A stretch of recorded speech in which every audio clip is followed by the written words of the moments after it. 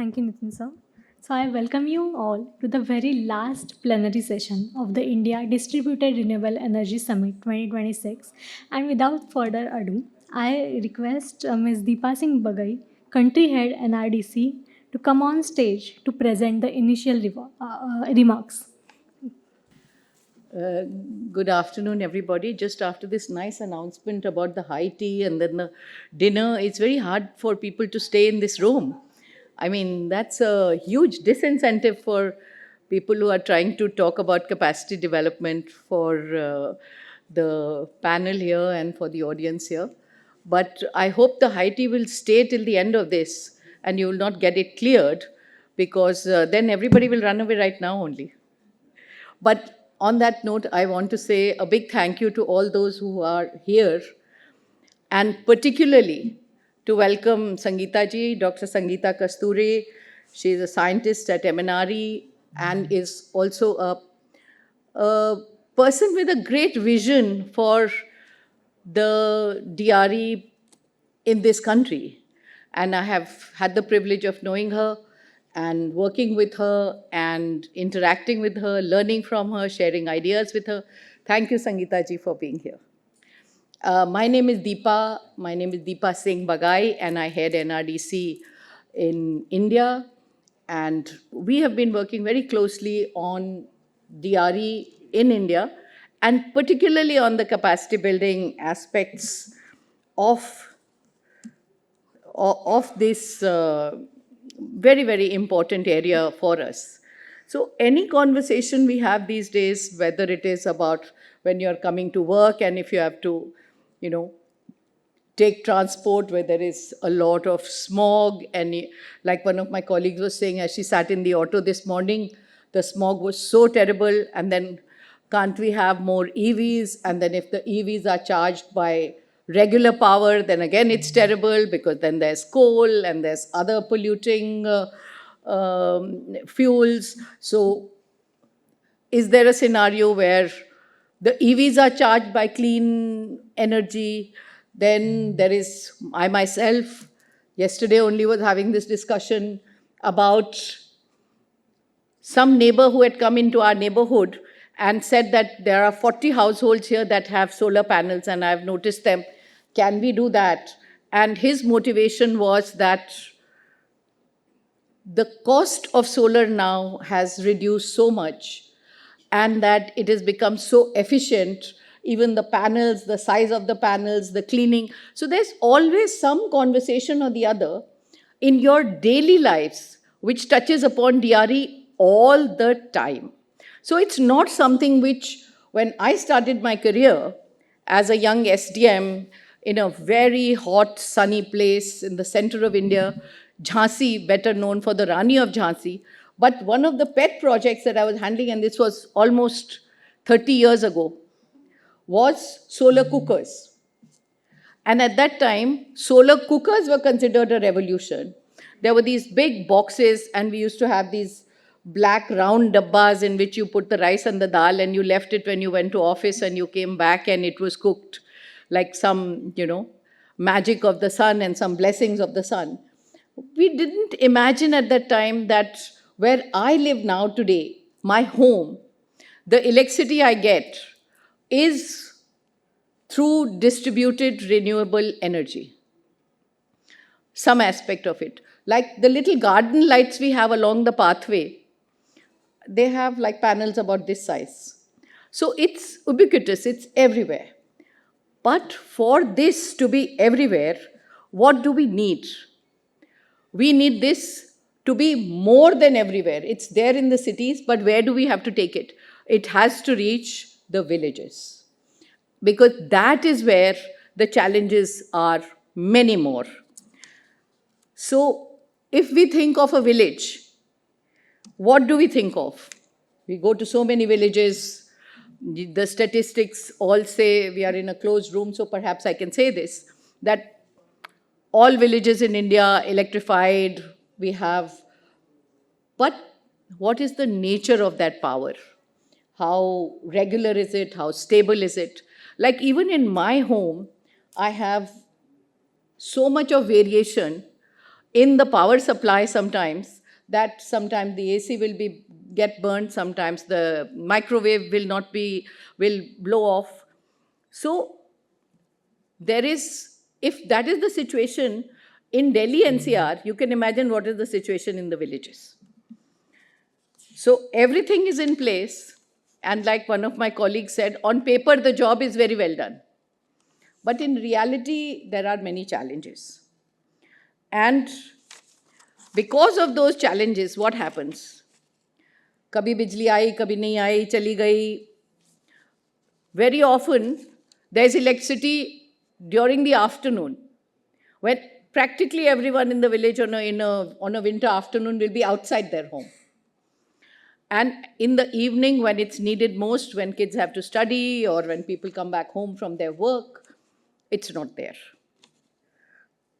So many things happen, therefore, as a result, that you cannot have regular power supply for an industry that you might set up, a small cottage industry in your home, like grinding masala or packing something which you have made at home, that it may not work.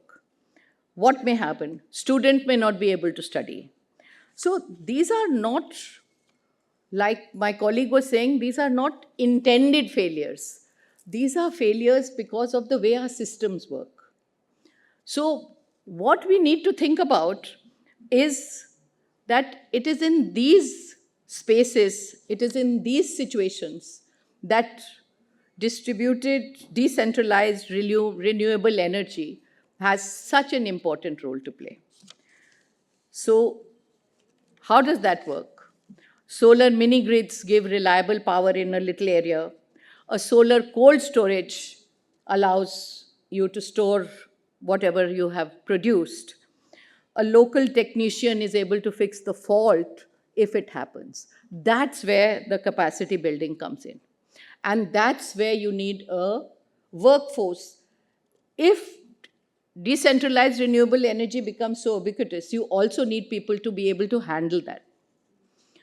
Like in the cities, if you recall, 20 years ago, if your AC was not working, or if your washing machine, and there were very few at that time, you had to call someone from the agency or something. Now, it's literally in a couple of hours, somebody will come and fix whatever has to be fixed. But that's not the case as yet in the villages. So, अगर panel खराब हो गया तो light खराब हो गई, and light खराब हो गई तो it will not be replaced, because nobody quite knows how to do it. There is a myth around this that oh, panel की life खत्म हो गई. Then somebody might say, oh, ये तो 2 साल में ही खत्म हो गई, China का panel होगा.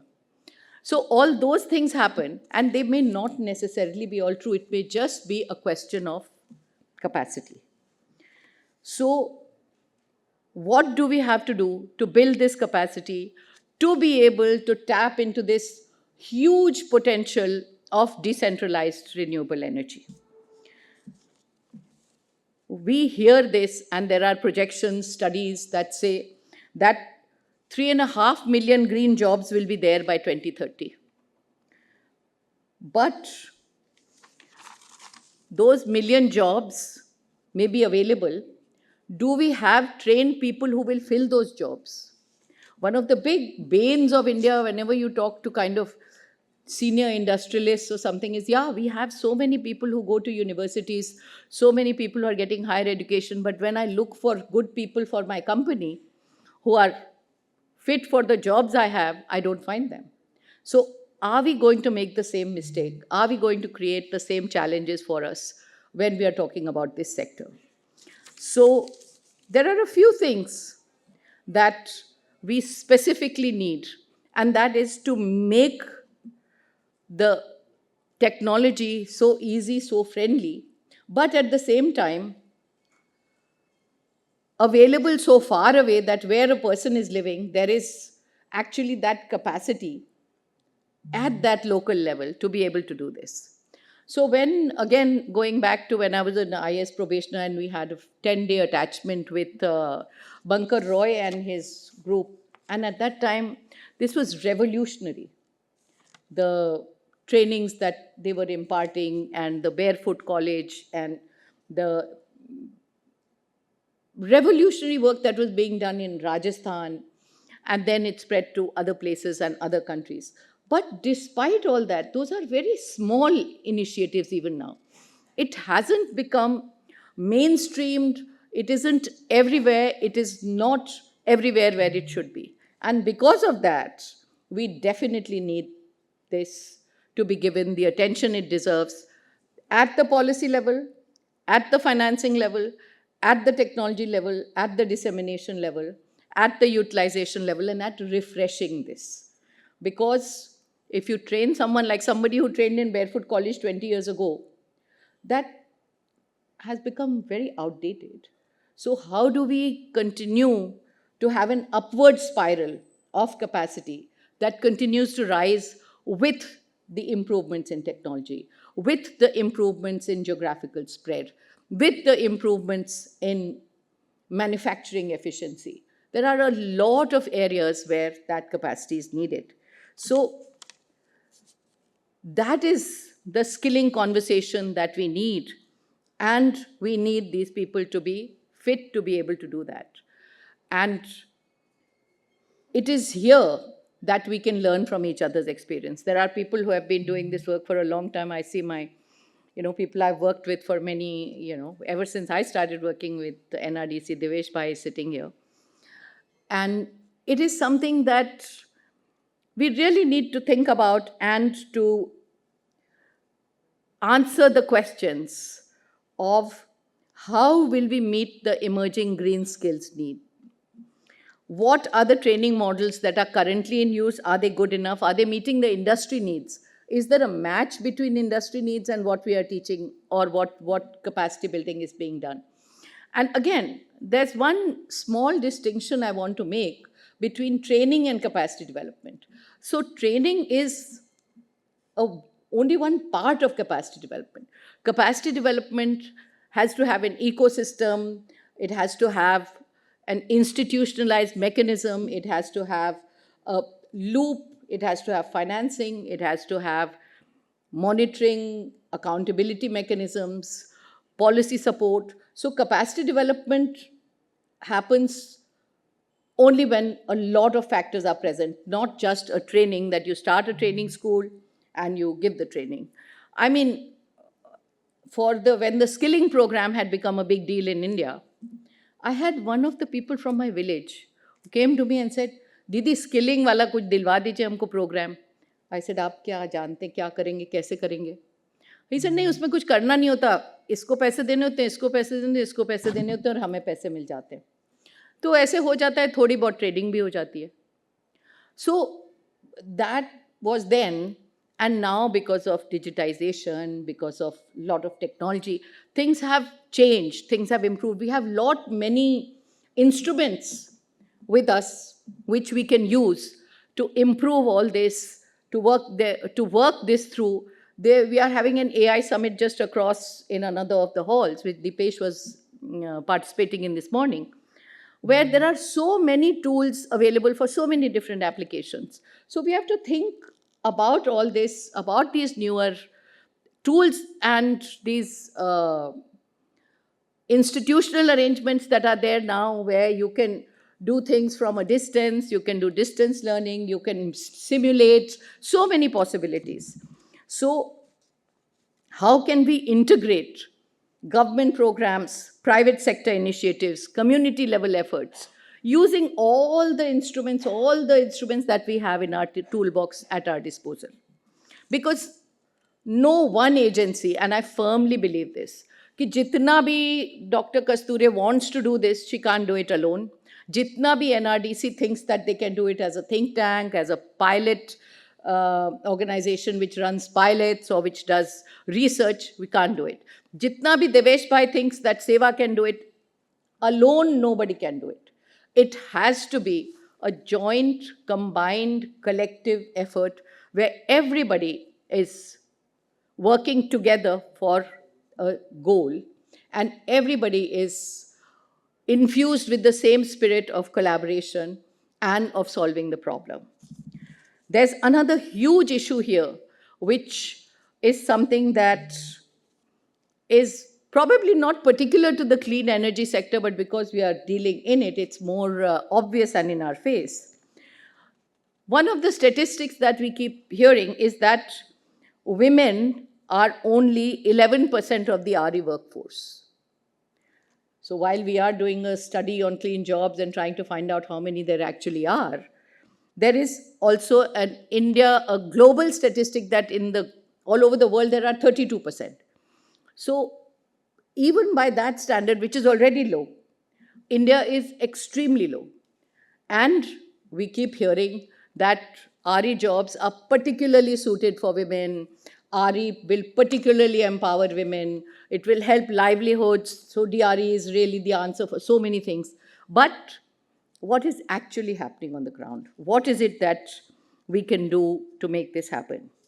So, to address this, we here are there, we have people from the sector, we have people from Seva, Switch On Foundation, Dharma Life, National Skill Development Corporation, Tata Renewables, Dr. Kasturi, who brings the government and policy perspective into this. So, there's also the audience that has interesting insights. I mean, if we just calculate how many years of experience each person in the audience has and total them, it will run into some hundreds. So it's not as if we don't have knowledge. I think the important thing is to aggregate that knowledge, to be able to run with it, and to be able to use it for transformative change, which is needed in DRE, and to be able to build the capacity to utilize the full potential of DRE.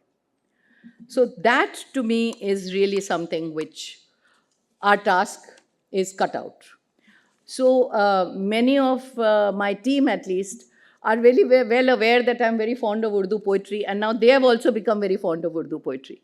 So normally I think of some nice couplet which I can use, or which somehow comes to your mind when you're thinking of something like this. So this time, the team itself chose a couplet, which I'd like to share with you. So this is a couplet from Josh Maliabadi. Maliabad is a small suburb outside of Lucknow. I belong to Lucknow. Many of you might know Maliabad from the fact that it is famous for mangoes, but it's equally famous for Josh Maliabadi. So he writes, काम है मेरा बदलना नहीं हालात से डर के, which means my task is not to fear circumstances and change myself. काम है मेरा बदलना नहीं हालात से डर के, हालात को बदलना है मेरे काम से डर के. So my work should be so strong and powerful that the situation changes. So with many thanks to the team for having found this beautiful couplet, which I'm going to learn and use later, but first time use in front of this wonderful audience. Thank you so much.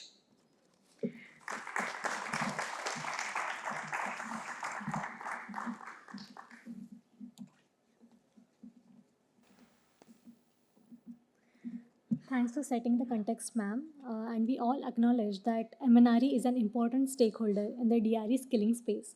So I call upon stage Dr. Sangeeta Kasturi, Scientist G, to deliver a special address. Known to all of you, and I really see the patience for the last session. Thank you so much, Deepa Singh ji, for setting the context, and it's become very easy task for me, the importance of DRE and women empowerment and all of the stuff. Everyone here, panelists, speakers, audience, and organizers, thank you so much, and it's always pleasure to be part of this NRDC and all this program. DRE is very special. I really love this because I have been working in these areas for a decade almost in bioenergy space earlier.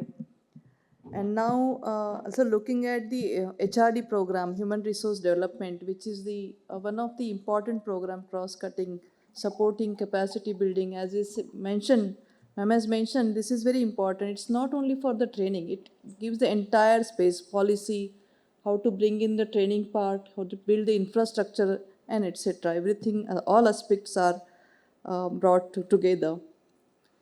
As we stand at the forefront of global energy transition, we must recognize that our progress is not just measured in gigawatts, but in the people who will build, manage, and sustain this new era.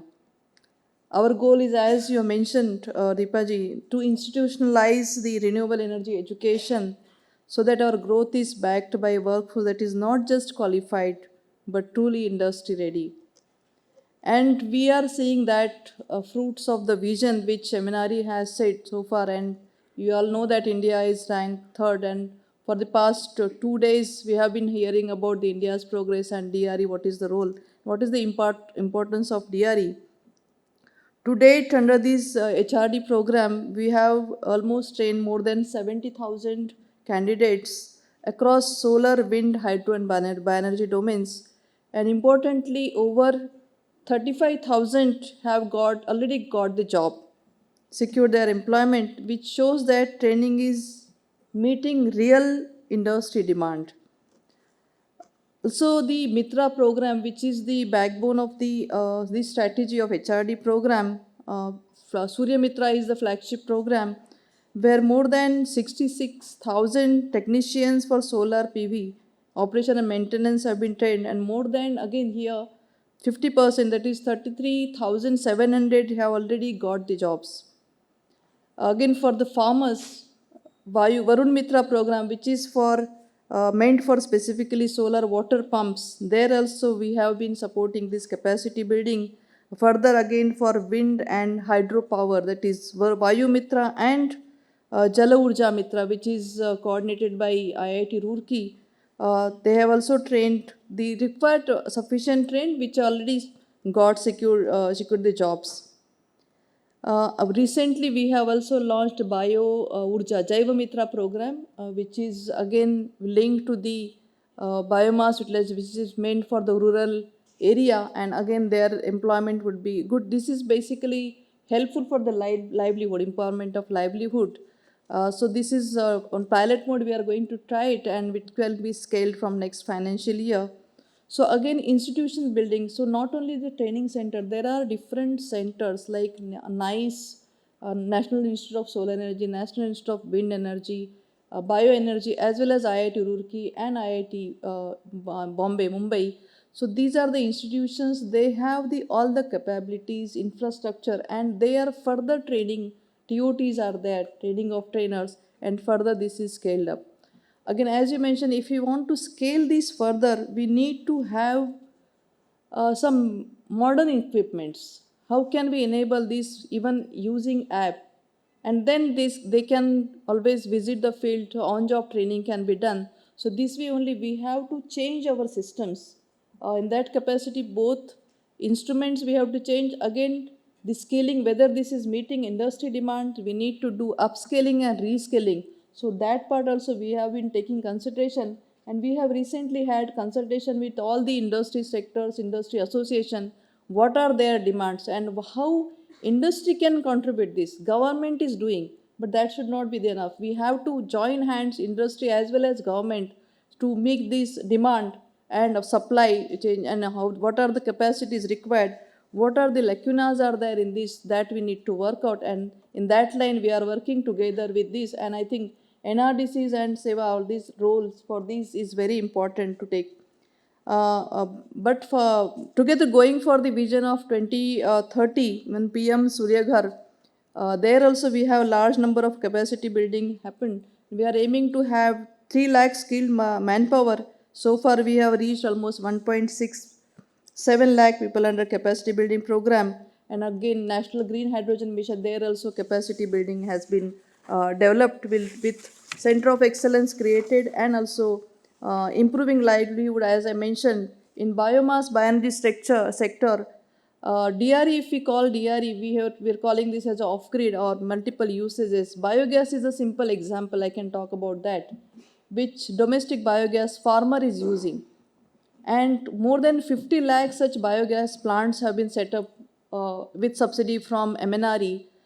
But if you interact with farmer, they are so happy, and we see that they are also really contributing to this net zero, I can say that, because they are using this for the cooking gas as well as the digested slurry which is coming out, that is used as a manure, and that is becoming organic farming, and they are trying to help themselves, and they are also awareness is created among the farmers.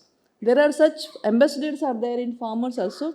So this is also another part of DRE which we can say that. So I would consider here that any form of energy, renewable energy, should be part of this DRE. It could be transportation energy, it could be cooking or electricity power generation required for heating, cooling, all those things. Even geothermal also, recently MNRE has released the geothermal energy policy, geothermal energy policy, where there are multiple applications, industrial heat and steam requirement. Can this be provided by using green steam and heat, using biomass or geothermal energy or solar thermal? So those also we need to tap those. As someone has mentioned earlier, industries are MSME and industries are ready. We need to do some hand holding. I think that's what is a role MNRE can play into in future also. We have been doing that in many more options are there. There we could do all these such work together. Apart from this, for women empowerment, I said all these jobs are there, but again, in higher education or further for the take up on leadership, managerial, supervisory role, MNRE have provides multiple fellowship schemes. It's for higher education, so JRF, SRF, then PhD for those things. So those can be availed. Internship program, which has a very good attraction. So we have done more than 75 out of 100. So that's very small number to talk about. But I said there is a good number of, a large number of interest is there. So these interns, these are only, I think, few interns, but they are now, some of these interns, they are leading some of the institutions now because they are developing some policies or navigate RE policies or schemes. So that's kind of training that instruments this has provided, which would be the all interns could be future leaders for the country. That's what capacity building plays very important role. So again, for without taking much time, because we have to hear from other panels also. So I would mention that decentralized nature of distributed renewable energy provides unique doorstep employment opportunities that are particularly helpful for women with mobility constraint and also in rural people who have less access to this. We are building more than just power plants. We are building a future ready workforce. And by aligning education with industry needs, we are ensuring that India's clean energy transition is a journey prosperity for every citizen. With this, I would thank once again all the organizers and RDC and would be happy to take or connect anytime. You are welcome to contact me. Thank you so much. Thank you, ma'am. I now invite Mr. Devesh Shah along with Ms. Anjali Parmar, climate entrepreneur, Seva Sister, to launch NRDC and Seva's joint climate entrepreneurship fact trip and take us through the findings. And also request to all the panelists if you can also come on the stage for the release, please. Thank you. Bhumika ji, Panchali, Ekta, if you are in the room. Thank you.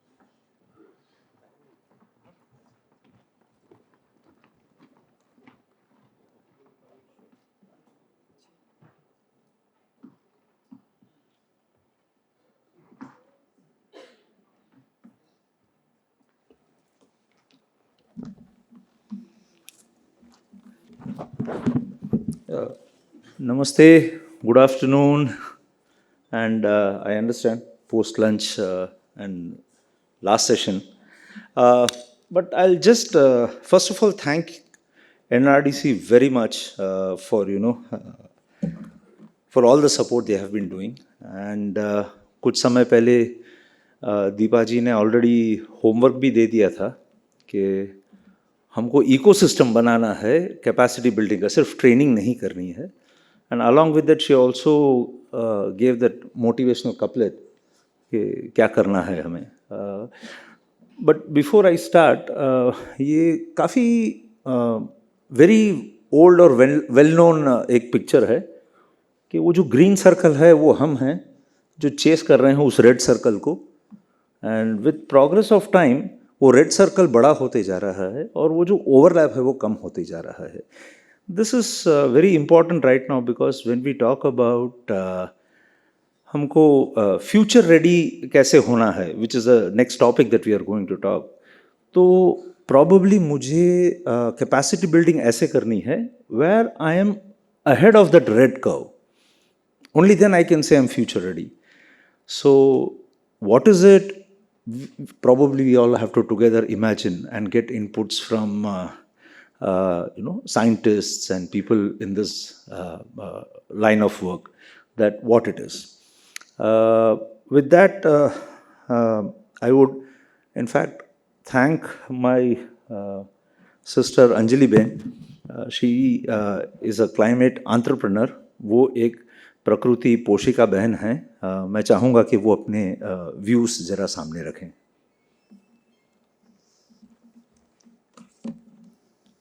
નમસ્તે નમસ્તે બધાને. નીચે અહીંયા જે બધા આવ્યા છે બધાને નમસ્તે. અને અમને ઠીક આણંદથી દિલ્હી અમે આવ્યા છીએ તો અમનો બી આભાર અને રાણા સાહેબનો પણ આભાર. तो we are thankful to everybody. Rana bhai, thank you for bringing us on the stage, and thanks to the team which has brought us from Anand to Delhi. મારું નામ અંજલિબેન છે. હું સેવામાંથી આવી છું. એક પ્રાકૃતિક પોષિકા બેન છું. मेरा नाम अंजलि है और मैं प्रकृति पोशिका बहन हूँ. મેં 18 દિવસની તાલીમ લીધી છે અને અમે જે તાલીમ લીધી એ અમે ગામે જઈને અમે જે શીખ્યા સમજ્યા છે એ બધું બહેનોને અમે જઈને સમજાવીએ છીએ અને તે અમે એને આગળ વધારવા કામ માટે અમે એક એવું રાખવા માંગીએ છીએ. I have undergone a training for 18 days, and whatever things that I have learned, I try to take it to the village level, grassroots members, and that is the activity that I do. તો મારા બે મુદ્દા છે કે પહેલો મુદ્દો એ છે કે ફાઇનાન્સ એટલે કે જે અમારે અમે જે એવું છે હરિયાળા ઉપકરણો એને દર ટકા વધાર છે. અને જે અમે દાખલા તરીકે અમારે જે અત્યારે રૂફ સ્ટોપ છે સોલર છે એના અમે વર્ષના 6% દર છે તો એને મહિનાનું અડધા ટકા દર જ થાય છે. So I have two points to make. One is regarding finance. The interest rate that we have to pay for buying the green products, that is very high. And we want things like rooftop solar, where annual interest rate is 6%, making it only 0.5% per month. And that is a kind of an affordable fund. તો અમે એવું કહેવા માગીએ છીએ કે અમારા જે હરિયાણા ઉપકરણો છે તેનું જે નાના છે એના દર ટકા ઓછા કરે અને જે મોટા છે સોલર ને એના તો એના વધારે તો ચાલે. So she's telling that she being a climate entrepreneur, she needs to convince people and also bring finance. So she's telling for all the small green products, please bring the interest rate down. And for all the big products, which generally big farmers are using, increase the interest rate and thereby, make it affordable for poor and marginal farmers. અને એક મારો બીજો એક મુદ્દો છે કે જે અમે બહેનો છે એ લોન લે છે તો અમે જે પ્રોડક્ટ એવું કરીએ છીએ તે બહેનો લોન ભરી શકે એમ નથી. તો ફાઇનાન્સ કે એવું છે કે વાતાવરણમાં પલટો ગમે ત્યારે મારી શકે છે, વરસાદે થઈ શકે છે, પછી વાવાઝોડું બી આવી શકે છે. તો બહેનોને લોન કેવી રીતે ભરી શકે, એમના ખેતરમાં નુકસાન થાય તો બહેનો 6 મહિના સુધી એક પાક ઉગાવે છે, એ પાક ખરાબ થઈ જાય તો બહેનો લોન કેમ નહીં ભરી શકે. તો અમે બેંકમાં એવું કહેવા માગીએ છીએ કે તમે 6 મહિના સુધી હપ્તા માટે તમે રાહ જોઈ શકો તો વ્યાજ દર ટકાએ. So my second point is about whenever a woman takes a bold step to go for renewable, इसमें और क्लाइमेट शॉक आ जाता है तो उसका यील्ड में मार पड़ जाता है and she is not able to repay. अब इसके चलते क्या हो जाता है, they are not willing to take the second loan, right? And so they say so she is telling that if I am able to tell my members that if something like that happens for 3 months or 6 months, you can have a EMI being pushed, probably I think in banking terms moratorium or something like that. If that can be done, that will be easy for them, because right now with one loan, second loan becomes very problematic for members. અને મારે બીજો એક મુદ્દો છે કે જે અમે હરિયાણા ઉપકરણો છે, અમારી ઘણી બધી ટેકનોલોજી છે. અમે પોષિકાબેન તરીકે અમે ઘણી બધી જે અમે આ તાલીમ શીખ્યા છે, પણ અમારી એક બીજી તાલીમ લેવી છે કે જે હરિયાણા અમે ઉપકરણો નાખીએ છીએ તો એ ગમે ત્યારે પણ અમુક એવા ટેકનોલોજી ઉપકરણો છે એ બગડી શકે છે. તો અમારે તત્કાલીમાં અમારે રિપેરિંગ માટે બોલાવીએ છીએ તો અમે રિપેરિંગ માટે આવતા નથી કંપનીમાંથી, તો અમારે કમ્પ્લેન આવે છે. તો અમને ત્યાં અમારા પર કોઈ ભરોસો ના રાખી શકે. તો અમે એવું કહેવા માગીએ છીએ કે અમને તાલીમ આપો અને અમારી જાતે જ અમે રિપેરિંગ કરતાં શીખી શકીએ.